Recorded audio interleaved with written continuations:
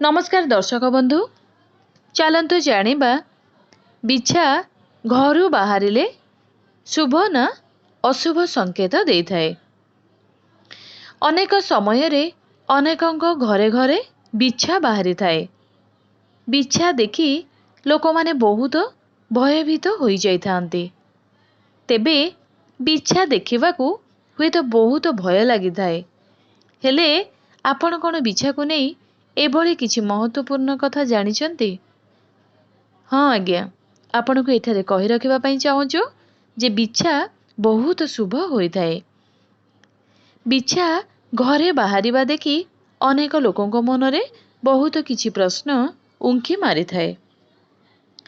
तेबे बिछा घरे देखिबाकू शुभ बोली कहा जाय थाए।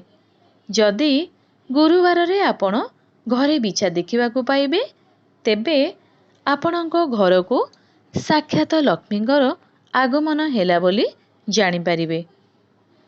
कारण बिछा को माँ लक्ष्मींकर एक स्वरूप बोली मना जाय थाए। बिछा को जदि घरे देखुचंती तेबे ताहाको मारंतु नाही। कारण बिछा ता जीवन रे थरे मात्र छुआ जन्म करि थाए। जदि आपण कोनोसी बिछा को मारी देबे तेबे आपण सेही बिछार वंशलोप करि देइथांती। तेणु केबे भी बिछा को मारिबा भली कार्य करंतु नाही। जदि 2 ରୁ 3ଟି कंकड़ा बिछा एकाठी देखिबाकू पाइथांती तेबे एहा धन हानिर सूचना देइथाए।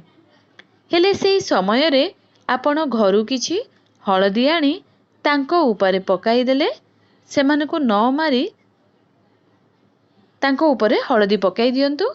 आपणको घरटारू बहुत दूर रे नेई छाड़ी आसंतु। घर ऊपर को आसुथिबा आर्थिक संकट दूर होई जाय थाए। जदि घड़घड़ी बिजुली मारिबा समय रे घरे बिछा को देखिबा को पाई थांती तेबे एहाकू शुभ विचार करा जाय न थाए। हेले बिछा को देखिबा मात्रे बहुत लोक ताहाको मारिबा पई प्रयास करि थांती। जदि कौनसी व्यक्तिर भूल न थाए तेबे बिछा केबे भी कामुड़िबो नाही। जदि आपणको केबे बिछा कामुड़ी देई थाए तेबे आपणकर किछि भूल पई मिलिबाकू जाउथिबा बड़ दंडरू आपणको मुक्ति मिलिगला बोली जानी रखंतु। तेणु आपण जदि घर कि घर आखपाखरे बिछा देखुथांती ताहा शुभ बोली जानंतु। बिछा को सुरक्षित भाव रे नेई बाहरे छाड़ी दियंतु। आपणकर मंगल हेबो।